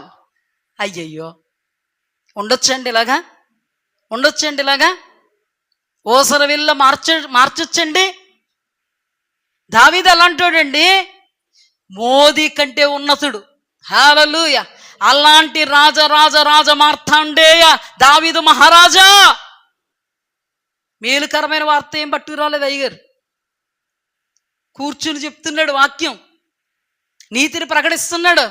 అయినను అయ్యగారికి బోధపడలే. ఆ మనుష్యుడు బ్రతకకూడదంతే. ఎవడో చెప్పండి, రాజ్యములు ఎక్కడున్నాడో చెప్పు, వేసేస్తాను, పంపేస్తాను, భటులారా రండి. నువ్వు అలాగా దావీదా, భటులారా మీరు వెళ్ళిపోండి. ఆయనకి అర్థం కాక పిలిచాడు. ఏమన్నాడో తెలుసా? ఆ మనుష్యుడు నువ్వే, ఆ మనుష్యుడు నువ్వే. కృంగిపోయాడండి, మోకరించాడండి. అది నా మేలు కోసం అన్నాడండి. దేవా నన్ను క్షమించు, హిస్సోపుతో నా పాపమును పరిహరించి హిమము కంటే తెల్లగా నన్ను మలుచయ్యా. పడబడికి తూర్పు ఎంత దూరము, నా అతిక్రమాలు నాకు అంత దూరపరుచు. నా దోషములు నాకు తెలిసే ఉన్నవి, నా అపరాధములు నాకు తెలిసే ఉన్నవి. కేవలము కేవలము కేవలము నీకే విరోధముగా నేను పాపం చేశాను. రక్షణ ఆనందాన్ని నా యొద్ద నుండి తొలగించొద్దు, పరిశుద్ధాత్మను నా యొద్ద నుండి తీసివేయవద్దు. దయచేసి నన్ను క్షమించు. వెంటనే దేవాది దేవుడు మాట్లాడుతున్నాడు ప్రవక్త ద్వారా. ఇందును బట్టి నిన్ను దేవుడు మరణము నుండి తప్పించాడు. హల్లెలూయా. వెంటనే కృంగి అదే స్థలములో అదే దైవజనుడు పాదాల చెంత కృంగి తన దేవుడికి యొద్ద ఒప్పుకున్నటువంటి ఆ ఒప్పుకోలు అతనిని మరణము నుండి తప్పించింది. హల్లెలూయా. మరణమైపోయేదుడు దావీదు, మరణమైపోదుడు. కానీ అతను యొక్క విధేయత, అతను అర్థం చేసుకున్నటువంటి విధానం, వెంటనే అతనిలో ఉన్నటువంటి ఆ తగ్గింపు అతనిని మరణము నుండి తప్పించింది. ఈ రోజున నేను అంటాను, దేవుని బిడ్డలారా, వెండి కాదు, బంగారం కాదు, ధనధాన్యాదులు కాదు, వజ్రాలు కాదు, వైడూర్యాలు కాదు, రత్నరాసులు కాదు, ఘనత సుకీర్తులు కాదు. మనము దేవుని బిడ్డలం. మనకి కర్తవాక్యం, కర్మవాక్యం, క్రియవాక్యం. అద్భుతం ఏంటంటే, అద్భుతంగా దేవుని వాక్కు మీ ఎదుట ప్రకటింపబడడం మహాద్భుతం. ఎందుకంటే జనులు దైవీకమైన జ్ఞానం లేక నశించిపోవడానికి కారణం ఏంటో తెలుసా? సరైన వాక్యం వాళ్ళకే లేదు, సరైన దైవజనులు వాళ్ళకే లేరు, ముక్కుసూటిగా మాట్లాడువారు లేరు. మీరు వాక్యం చూడండి, ఎంతోమంది ప్రవక్తలు ఉన్నారండి వాక్యంలో ఆదికాండం నుంచి మనం జాగ్రత్తగా గమనించినట్లయితే ప్రకటన గ్రంథం వరకు మనకు వాక్యం తెలుసు. ప్రవక్తలు అన్న వాళ్ళు ముక్కుసూటిగా మాట్లాడే వాళ్ళని వేళ్లతో లెక్క పెట్టచ్చు. తెలుసా మీకు? ఏలియా కానీ, ఎలీషా కానీ, ఇర్మియా కానీ, యెషయా కానీ, యెహెజ్కేలు కానీ, వీళ్ళని మాత్రమే మనం ఏం చేయొచ్చు? కొత్త నిబంధన కాలంలో అపోస్తులను మాత్రమే మనం ఏం చేయొచ్చు? మరి అంత ఆదికాండం మొదలుగా ప్రకటన గ్రంథం వరకు ఎన్ని సంవత్సరాలు అన్ని సంవత్సరాలలో ఎంతోమంది ప్రవక్తలు ఉంటే వాళ్ళందరిలో ముక్కుసూటిగా మాట్లాడే వాళ్ళు ఎలా ఉన్నారు? వేళ్ల మట్టుకున్నారు. క్షమించండి, వేళ్లలో లెక్క పెట్టేంతగా ఉన్నారు. మరి ఈ రోజున ఈ భూప్రపంచంలో మనం బ్రతుకుతున్నాం. మన ఈ తరంలో మరి ఈ రోజున దైవజనుడు ముక్కుసూటిగా నీతోనే అద్భుతంగా ఆయన వాక్యాన్ని ఆయన హస్తాల యొద్ద నుండి పొందుకుని, ఆయన ముఖాంతరంగా పొందుకుని ఉన్నది ఉన్నట్టుగా ఎప్పటికప్పుడు మీతో మాట్లాడుతుంటే ఇది అద్భుతం కదా? చెప్పండి. అనుదినము కూడా దేవుడు విశేషమైన విధానంలో మనల్ని ప్రేమించి ఆ రోజున ఆకాశం నుండి మన్నాను కురిపించడం అద్భుతం. అది మనం చూడలేదు. నేనంటాను, ఈ రోజున మనం కళ్ళతో చూడగలుగుతున్నాం. హల్లెలూయా. కానీ ఆ రోజున అద్భుతం ఎంతమందికి వెక్కసం అయిపోలేదు? చెప్పండి అమ్మా. అవి వెక్కసం అయిపోయిన వాళ్ళు పరలోకం వెళ్ళగలిగారా? పాలు తేనెలు ప్రవహించి దేశానికి వెళ్ళగలిగారా? ఈ రోజున మనకి ఏ క్వాలిటీ ఉండాలో తెలుసా? వెక్కసం అయిపోకూడదు. దావీదులో ఉన్న క్వాలిటీ మనలో ఉంటే మాత్రమే పరలోకం మనం ప్రవేశిస్తాం. వెక్కసం చేసుకుంటే దైవజనుణ్ణి అర్థం చేసుకోకపోతే ఎట్టి పరిస్థితుల్లో పరలోకం మనకి ఉండదు. ఈ లోకములో కూడా అపవాదిని మనం జయించలేం. ఈ లోకంలో కూడా శ్రమలను మనం ఛేదించలేం. ఈ లోకంలో కూడా ఉగ్రత నుండి మనం తప్పింపబడలేం. అర్థమైందా? మనకి ఏ ముద్రలు ఉండాలి? ఆ వాక్యము వినగలగాలి, యేసు రక్తముతో కడగబడాలి ఎప్పటికప్పుడు. అందుకే వాక్యాన్ని చాలా క్షుణ్ణంగా మనం వినగలగాలి. ఎందుకంటే మనం కడుక్కోవాలంటే, రక్తంతో కడగబడాలంటే మన తప్పు మనకి తెలియాలి. అద్భుతం ఏంటంటే మన తప్పిదాన్ని యేసయ్యా ఈ తప్పిదాన్ని క్షమించు, మీ రక్తంతో కడుగు అనగానే ఏమైపోద్ది? తప్పిదం ఏమైపోద్ది? దేవునికి మనకి మధ్య అడ్డుగోడ ఏమైపోద్ది? ఆయన ముఖాన్ని మరుగు చేసేటువంటి స్థితి ఏమైపోద్ది? తెలియకపోతే ఏమైపోద్దండి? ఎంత పాపం ఈరోజు, రేపింత, ఎల్లుండింత, అవతల్లుండింత, అది పెద్ద బండరాయ, అదే నిన్ను కఠినంగా చేసేసింది. ఈలోపు నువ్వు వాక్యం దగ్గరికి వచ్చావు. ఇన్ని రోజులు రాలే, ఈలోపు నువ్వు వాక్యం దగ్గరికి వచ్చావు. నీ దగ్గర ఎంత పాపం ఉంది, ఆ పాపం ఆల్రెడీ నిన్ను ఏం చేసేసింది? కఠినుణ్ణి చేసేసింది. ఈలోపు పాశ్రమ గారు వాక్యం ఎత్తుకున్నారు. పాశ్రమ గారు వాక్యం ఎత్తుకుంటే నీకే కూర్చున్న దగ్గర తగిలేస్తుంది, వచ్చి కూర్చున్న దగ్గర తగిలేస్తుంది. ఎలాగుందంటే కింద నుంచి మంట పెడుతున్నట్టు, ఎలా ఉందంటే అన్నం ఉడుతుంటే కొత్తలాడిపోద్ది కదా, అలా ఉంది. కూర ఉడికేటప్పుడు కొత్తలాడదు, అలా ఉంది. కూర్చుంటాం. ఇంకా ఈ పెద్ద పాపం, నిన్ను కఠిన హృదయానికి అప్పగించినటువంటి పాపం నిన్ను మందిరంలో కూర్చోబెడద్దా, సన్నిధిలో నిలబెడద్దా, సహవాసంలో ఎదుగుద్దా? ఏమంటే ఇంక అత్తవాడు పొడిపించుకోవడానికి రాబుద్దా వద్దా? చెప్పండి. అందుకే సహవాసానికి పిలిచినవాడు నమ్మదగినవాడు. నువ్వు సహవాసానికి అనుదినం వచ్చావనుకో, ఎప్పుడు పాపం అప్పుడే ఏమైపోద్ది? దేవునికి నీకు అడ్డుబండ ఏమైపోద్ది? అందుకని నువ్వు వాక్యాన్ని ఎంత చక్కగా వింటావు, ఎంత శ్రద్ధగా వింటావు. ఆవిడ పాస్టర్ గారి మీద కోపం వస్తుందా? రాదు. నేను ఎందుకంటానంటే పాస్టర్ గారి మీద కోపం వస్తుందని ఖచ్చితంగా సైతానుగాడు వేసే అస్త్రం అదే. నాకు దేవుడు బయలుపరిచారు. నాకు దేవుని మహా ఉచితమైన కృప ఏంటో తెలుసా? ఆయన కౌగిటిలో ఒక చిన్న బిడ్డను అల్లారు ముద్దుగా ఎలాగా ఒక తల్లి ఎత్తుకుని అవన్నీ చెప్తే చూడండి. ఈరోజు చెప్తున్నారు లేదు మాకు తెలియదు, కానీ అదిగో కాకమ్మా రామ్మ, ఇంకా మామూలుగా కదా ఎలా చెప్తుంది? దేవునికి నాకు అట్టి సత్సంబంధం ఉందని నేను దేవుని ఎదుట మీ అందరికీ చెప్తున్నా. అంత సత్సంబంధం మా మధ్యలో. ప్రతిదీ ప్రభు బయలుపరుస్తాడు తెలుసా. ఒకవేళ మీరు నా దగ్గరికి వచ్చి నేను చాలా నీతిమంతురాలను అన్నట్టుగా కనిపరుచుకున్నా సాయంత్రం మొత్తం, అలాగా నా జీవితంలో ఒక్కటి కాదు రెండు కాదు చాలా అనుభవాలు అన్నమాట. వాటన్నిటిని నేను చెప్పను, మళ్ళీ మీకు సందర్భం వస్తే మాత్రం చెప్పమా అన్న. అర్థమైందా? ప్రతిదీ దేవుడు నాకు అనుభవంలో నుంచి నేర్పించాడు. ప్రతి వాక్యాన్ని దేవుడే నాకు గురువై నేర్పాడు. హల్లెలూయా. ప్రతిరోజు నేను వాక్యం చెప్పగలుగుతున్నానంటే ఆ మహాదేవుడు నాకు ఇచ్చినటువంటి ప్రత్యక్షత మాత్రమే. నాలో నుండి విడుదలైనటువంటి మాటలు దేవుడు మీ జీవితాల్లో రూఢిపరుస్తున్నారంటే అది సోనియా మాట కాదు, సాక్షాత్తు దేవదేవుడు ప్రకటించినటువంటి జీవము కలిగిన వాక్కు. నా ధైర్యం దేవుడే. అందుకే నేను ఎప్పుడు మనుషులకు భయపడను, ముఖస్తుతి అసలు చేయను. ఉన్నది ఉన్నట్టుగా కొండ బద్దలగొట్టినట్టుగా వాక్యంలోనే కాదు, నా ముఖాముఖిగా వచ్చి ఎవరైనా వాక్యానికి విరోధంగా తేడాగా ఉన్నారంటే కొండ బద్దలైపోద్ది అక్కడ, అంతే. ఎందుకంటే ఈ ధైర్యం నాది కాదు. హల్లెలూయా. ఈ ధైర్యం నా దేవుడు. ఇది నాకు మేలైన కీడైనా నా మార్గం ఇదే. హల్లెలూయా. ఆ మాటను పట్టుకుంటే బాగుపడతారు. ఆ మాటను వద్దని చీకొడితే మీరు దేవుని వలన చీకొట్టబడతారు.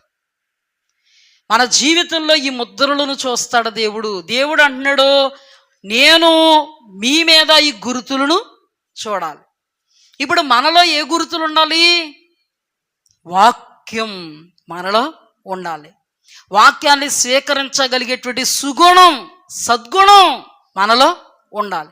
ఆ వాక్యము ఎప్పుడూ కూడా వక్రీకరించి అర్థం చేసుకోకూడదు. అది మన జీవితంలో కేవలం ఒక లోపం. చాలామంది అనుకుంటారండి, ఎదుటి వాళ్ళే, ఆత్మీయులు కూడా ఏమనుకుంటారంటే ఎదుటి వాళ్ళే బలహీనతల గురించి వాక్యం వచ్చిందంటే నా బలహీనతల గురించి దేవుడు మాట్లాడుతున్నాడు అనుకోరు. బాగా మాట్లాడుతున్నాడు దేవుడు, ఆవిడే ఆవిడే ఆయనే ఆయన ఈమె ఈమె మా పిల్లలే. నేనొక్కడు చెప్తున్నాను చూడు, నీతోనే దేవుడు మాట్లాడతాడు. నా అనుభవంతో చెప్తున్నాను చూడు, 190 మంది ఉన్నారా, కోట్ల కొలది ప్రజలు ఉన్నారా, ఒకే మాట వాళ్ళకే వినిపిస్తాడు. ఏ కోణంలో దూసుకుపోవాలో అలా అర్థమయ్యేలా మాట్లాడతాడు దేవుడు. నువ్వు ఎప్పుడూ కూడా ఇది నా కొరకు కాదని అనుకోకు. నువ్వు వచ్చి కూర్చున్నావంటే ఖచ్చితంగా నీతో మాట్లాడతాడు. నేను చాలాసార్లు సందర్భం చెప్పాను, నువ్వు నా ఇంటికి వచ్చావు నాతో మాట్లాడమని. నేను నీతో మాట్లాడతానా? మాట్లాడతానా? మాట్లాడి పంపితేనే నీకు తృప్తి, నాకు మర్యాద, నిన్ను గౌరవించిందని అవుతాను, సంస్కారం కలిగిందని అవుతాను. అవునా కదా? నువ్వు వచ్చావంటే నీతో నువ్వు నాతో మాట్లాడడానికి వచ్చినప్పుడు నేను నీతోనే కదా మాట్లాడతాను. ఇప్పుడు దేవుడి దగ్గర నువ్వు ఎందుకు వచ్చావు? దేవుడు నీతో మాట్లాడాలని. ఆయన సంస్కారంగా కలిగినవాడు కదా, నాకంటే ఎక్కువ సంస్కారం కలిగినవాడు. అలాంటిది ఆయన కెపాసిటీ ఏంటి? నీవు ఒక్కరిదాంతో కాదు, కోట్ల మంది ఉన్నా నువ్వు ప్రత్యేకం ఆయనకి. హల్లెలూయా. అందుకని దేవుడు ఎవరితో మాట్లాడతాడు? అందుకనే వాక్యము కొరకు వెతుకుకుంటూ రండి. అందుకే దేవుడు అన్నాడు, నన్ను వెతికిన వారికి నేను దొరుకుతానంతే. ఆయనే వాక్యం, ఆయన వెతుక్కో, ఆయన దొరుకుతాడు. అద్భుతం ఏంటంటే నీ కొరకే దేవుడు మాట్లాడుతున్నాడు. ఈ ముద్రలతో మనం ఎక్కడికి వెళ్ళాలండి? మనం ఎక్కడికి వెళ్ళాలి? పరలోకం ప్రవేశించాలి. అందుకే ఎక్కడికక్కడ యేసు రక్తము, వాక్యము. అందుకే దేవుడు అన్నాడు, నేనే మార్గం, నేనే సత్యం, నేనే జీవం, నా ద్వారా తప్ప పరలోకం ప్రవేశించరు. ఎవరి ద్వారా ప్రవేశించాలి? ఇప్పుడు నేనే అన్న ఆయన అంటే వాక్యమే. హల్లెలూయా, హల్లెలూయా. మనం భుజించాల్సింది వాక్యమే. దేవుడు అన్న మాట అంతరార్థం ఏంటో తెలుసా? నా శరీరం తిన్న రక్తాన్ని తాగువాడు నిత్య జీవం కలిగిన వాడని. అంతరార్థం ఏంటో తెలుసా? చాలామంది అనుకుంటారు, నా శరీరం తిన్న రక్తం తాగువాడు నిత్య జీవం కలిగిన వాడు, అయ్యి బాబు బల్లారాధన ఉంది వెళ్ళిపోవాలి. కొంతమంది బల్లారాధనలు కూడా ఎగ్గొట్టేస్తారులే, నాకు తెలుసు, కానీ అంత తీవ్రత ఉండదు వాళ్ళకి. బల్లారాధన అంటే భయం ఉండదు కొంతమందికి. ఎవరంటే భయం అంటే బంధువులు అంటే భయం. కొట్టేస్తారు, చంపేస్తారు ఇప్పుడు వెళ్ళకపోతే. బల్లారాధనను ఎవరో కూడా సాధ్యమైనంత మట్టు మిస్ చేసుకోవాలి. ఎందుకంటే నెలకొకసారి వస్తుందండి. దేవుడు ఏమన్నాడో తెలుసా? నా శరీరాన్ని తిని నా రక్తాన్ని తాగువాడు నిత్య జీవం కలిగిన వాడు. మీరు ఎవరన్నా శరీరాన్ని రక్తాన్ని తీసుకున్నప్పుడు ఏమనుకుంటారో నాకు తెలియదు. మీరు ఏమనుకుంటారో నాకు తెలియదు, చెప్తారు ఒకసారి. ఆయన శరీరం తిని రక్తాన్ని తాగినప్పుడు మీరు ఏమనుకుంటారో చెప్తారు ఎవరైనా ఒక్కరు. పర్లే, మనమే కదా, బయట వాళ్ళు ఎవరు లేరు. మైకే అనలే, తప్పేమన్నా ఉందని తెలుసుకోవడం తెలియాలి కదా. అంటే ఎవరైనా ఒకరు చెప్పండి, బతికేస్తారు అందరూ. ఎవరైనా ఒకరు చెప్పండి, నేను చెప్పాక చెప్తారా? ఏమో, నాకు ఇచ్చిన తలంపు ఏంటో తెలుసా? నేను ఎలా తీసుకుంటానో తెలుసా? ప్రభా, నీ వాక్యము సజీవమై బలము గలదై, రెండంచుల వాడి అయిన ఖడ్గము కంటే వాడి అయినదై, ప్రాణాత్మ మూలుగును విభాగించినంత మట్టుకు దూరుద్దన్నావు. ఇదిగో నీ శరీరాన్ని నేను, శరీరం అంటే ఏంటి? వాక్యం. భుజిస్తున్నాను నాయన, నా ప్రాణాత్మ దేహ మూలుగులులోనికి దూరునుగాక. నాకు ఆ తలంపు దేవుడు ఇచ్చారు. మరి మీలో ఎవరికన్నా ఇచ్చాడు అంటే చెప్పండి. దేవునికి స్తోత్రం. ఎవరికి అతీతులం కాదు, గొప్పోళ్ళం కాదు, బలహీనం కాదు, తక్కువోళ్ళం కాదు. అంటే ఎవరికైనా తలంపు వచ్చిందా? రాలేదేమో. నేను అలాగే తీసుకుంటాను. ఎందుకంటే అది రొట్టె కాదు, అది దేవుని శరీరంగా భావిస్తాను. నేను అనుకుంటాను, ప్రభా నీ శరీరాన్ని తాకగలిగేటువంటి భాగ్యాన్ని ఇచ్చావా? ఆయన శరీరాన్ని తాకగలమా? కానీ మన విశ్వాసం, మనం ఎవరో విశ్వాసం అంటే మనకేమి విశ్వాసం ఉండాలి? అచంచల విశ్వాసం ఉండాలి. ఈ అచంచల విశ్వాసం అంటే అది రొట్టె కాదు, అది దేవుని శరీరం, అంటే వాక్యం. యెహెజ్కేలు ఏమన్నాడో?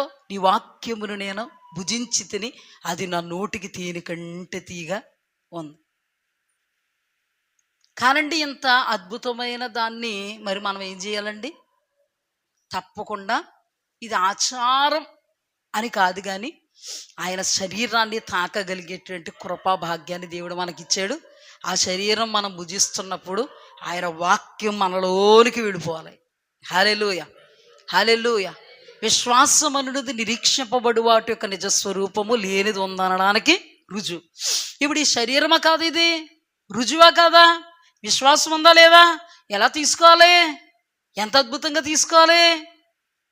ఆ రక్తాన్ని తాగినప్పుడు నేను ఏమనుకుంటానంటే, ప్రభా నా పాప శాప దోష అపరాధాలు ఏ ఉన్నాయో నాకంటే ఎక్కువ నీకు తెలుసు, నాకు తెలియని నీకు తెలుసు.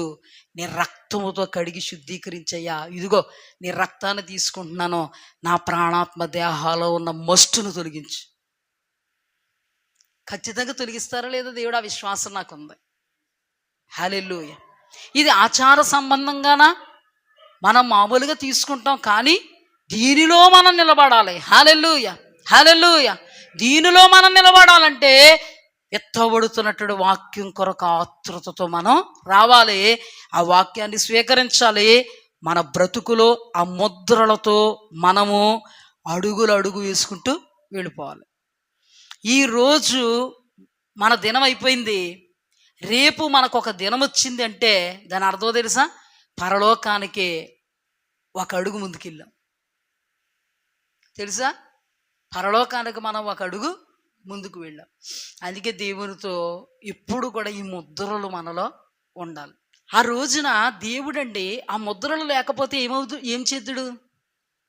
ఒక్కసారి చెప్పండి, ముగించేద్దాం. సంహరించుడా? ఇప్పుడు ఈ ముద్రలు లేకపోతే నీవు నిత్య నరకాగ్ని, సంహారకునికి, ఉగ్రతకు, రెండవ మరణానికి అప్పగింపబడతావు. అందుకే నేను ముందుగా చూపించాను లాజర్ని, ధనవంతుణ్ణి. ఇద్దరు సంఘ సభ్యులే, క్రైస్తవులే, కానీ ఒకరు దరిద్రుడే, ముద్రలలో ఉన్నాడు.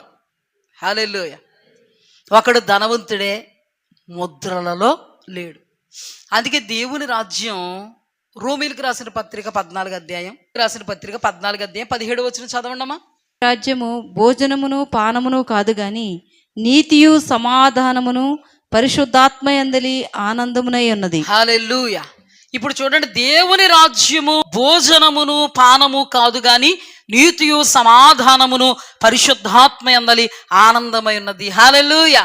దరిద్రుడికి ఏం లేదు, భోజనం లేదు, దరిద్రుడికి పానం లేదు, కానీ ఏముందో తెలుసా? నీతి ఉంది, సమాధానం ఉంది, పరిశుద్ధాత్మయందలి ఆనందం ఉంది. హల్లెలూయా. ఈ రోజున దేవుడు మనకు భోజనం లేకుండా చేశాడా? నో. నీళ్లు లేకుండా చేశాడా? నో.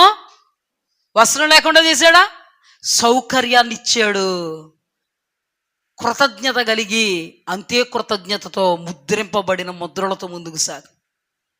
ఏమీ లేని దరిద్రుడే, ఏమీ లేదండి, తినడానికి తిండి లేదు, కట్టుకోవడానికి బట్ట లేదు, ఉండడానికి నివాసం లేదు, ఇవి లేదు. అయినా అతనికి ఉన్నదేంటి? ఎందుకు పరలోకం వెళ్ళాడు? ఎందుకండి అబ్రహాము రొమ్మున అనుకున్నాడు? భోజనము పానము కాదు కానీ నీతి, సమాధానం, పరిశుద్ధాత్మయందల ఆనందం. హల్లెలూయా. సమాధానం ఉంది కాబట్టి ధనవంతుడిని ఇలాగ అనలేదు.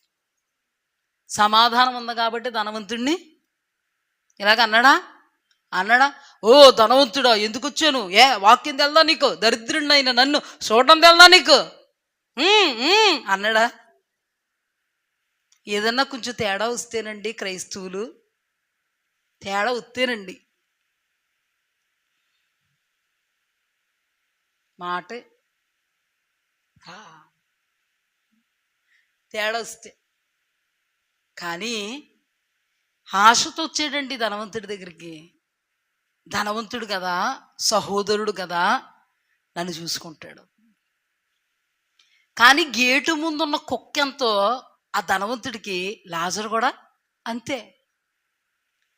అటువంటి దీన స్థితిలో కూడా పరిశుద్ధాత్మ యందల ఆనందం ఉంది కాబట్టి, నీతి ఉంది కాబట్టి, సమాధానం ఉంది కాబట్టి, అక్కడ కూడా పెంట మీద పడిన ముక్కలు ఏరుకోగలిగే భాగ్యం ఇచ్చావు ప్రభువా, స్తోత్రం.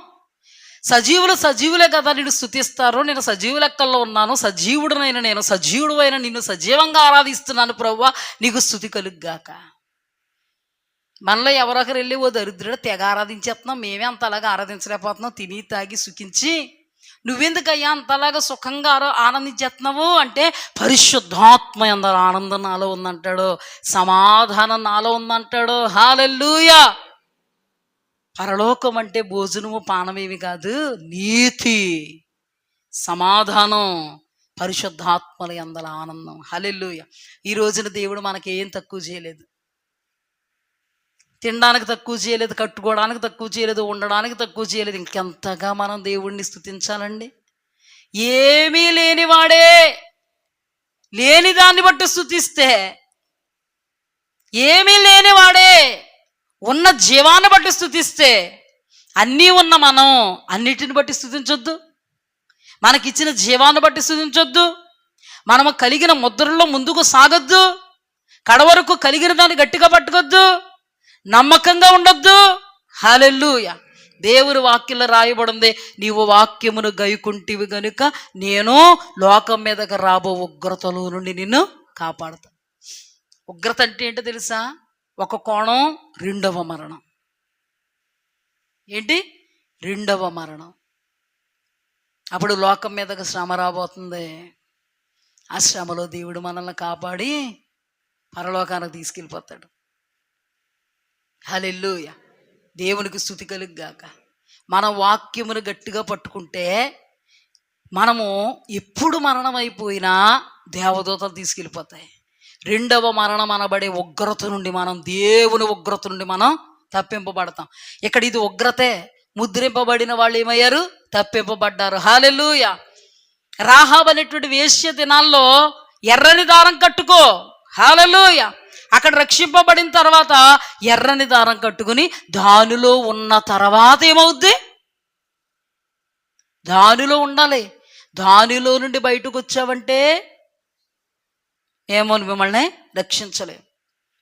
దానిలో ఉంటే మాత్రం అగ్నిగంధకాలు మిమ్మల్ని కాల్చు. ఆ గురుతులో నువ్వేముండాలి? నిలిచి ఉండాలి. హల్లెలూయా. మన జీవితంలో వాక్యపు ముద్రలలో మనం నిలిచి ఉండాలి. హల్లెలూయా. యేసు రక్తములో కడగబడడానికి మనము ఎలా ఉండాలి? యామరుపాటుతో ఉండకూడదు. సంసిద్ధులుముగా ఉండగలగాలి.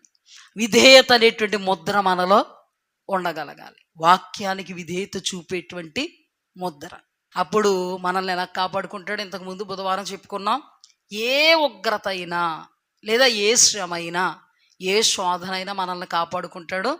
చివరికి రెండవ మరణం అనబడే నిత్య నరకాగ్నిలో నుండి మనల్ని తప్పిస్తాడు. హల్లెలూయా. ఇప్పుడు మనం లాజరు వలె కొనిపోబడాలంటే ఏ గుర్తులు ఉండాలి? వచ్చేసింది, మనకు అర్థమైపోయింది. వాక్యం అనే గుర్తులు ఉండాలి. ఈ వాక్యం అనే గుర్తులు ఎక్కడికి వస్తే ఉంటాయి? సహవాసానికి వచ్చినప్పుడు తెల్లంగా అర్థమైపోద్ది. హల్లెలూయా. ఆ వాక్యాన్ని హృదయంలో భద్రపరుచుకుని ఎక్కడికక్కడ వాక్యమును అప్లై చేసుకుంటే, నీవు వాక్యానికి లోబడితే అపవాదుని ఎదిరించగలుగుతావు. వాడు నీ యొద్ద నుండి పారిపోతాడు. నిన్నెత్తి మీద దేవుడు కిరీటం పెడతాడు. ఈ లోకములో దేవుడు నీకు విజయం ఇస్తాడు. ఈ లోకములో దేవుడు నిన్ను ఆశీర్వదిస్తాడు. ఈ లోకములో దేవుడు నిన్ను కనపరుస్తాడు. ఈ లోకములో దేవుడు నీ తలపైకెత్తుతాడు. సకల విధమైన ఆశీర్వాదాలు నుండి నెమ్మది, సమాధాన, సౌఖ్య, సుఖ జీవన, దీర్ఘాయుష్యులతో నింపి నీ తుది శ్వాస దేవుని సన్నిధిలో విజయాన్ని చూచేంత వరకు ఆ దేవదేవుడు నిన్ను కొనిపోతాడు. హల్లెలూయా. కడకు మనం ఎగిరిపోతాం. ఎక్కడికి? పరలోక రాజ్యానికి. హల్లెలూయా. పరలోక రాజ్యం అంటే ఆషామాషి వ్యవహారం, అల్లటప్ప వ్యవహారం కాదు. ఆ ముద్రలలో ఉంటేనే సంహారపు దూత దాటి పోద్దే. రాహాబు ఆ ముద్రలలో ఉంటేనే అగ్నిగంధకాలలో నుండి తప్పింపబడద్దే. నోవహు ఆ నీతికి విధేయత అనబడే ఆ విధేయత ముద్రలో ఉంటేనే ఇక్కడ లోకమంతా అల్లకొల్లోలమైపోతున్నా అక్కడ నోవహు సుభిక్షంగా ఆ రక్షణ అనబడేటువంటి ఓడలో అరారాతు కొండలపైకి నిలబడతాడు. ఈ అరారాతు కొండలు ఎత్తైనవి. హల్లెలూయా. మన వాక్యములో నిలబడితే, వాక్య ముద్రలో నిలబడితే మన ఆధ్యాత్మికమైన జీవితం అంచలంచలగా ఎక్కలేని ఎత్తైన కొండ శిఖరం మీద నిలబడతాం. హల్లెలూయా. ఎగిరి వెళ్ళిపోవాలి నా రాజుతో, లీనమైపోవాలి ఆ ప్రేమలో, మిళితమైపోవాలి నా యేసుతో, సొంతమైపోవాలి నా రాజుకు. మనందరము దేవుడు కృపలో అట్టి అద్భుతమైన అనుభవములో నిలుచుచు ఆ శాశ్వతమైనటువంటి రాజ్యములో ఉన్నత స్థానములో నిలుచుందుముగాక. ఆమేన్.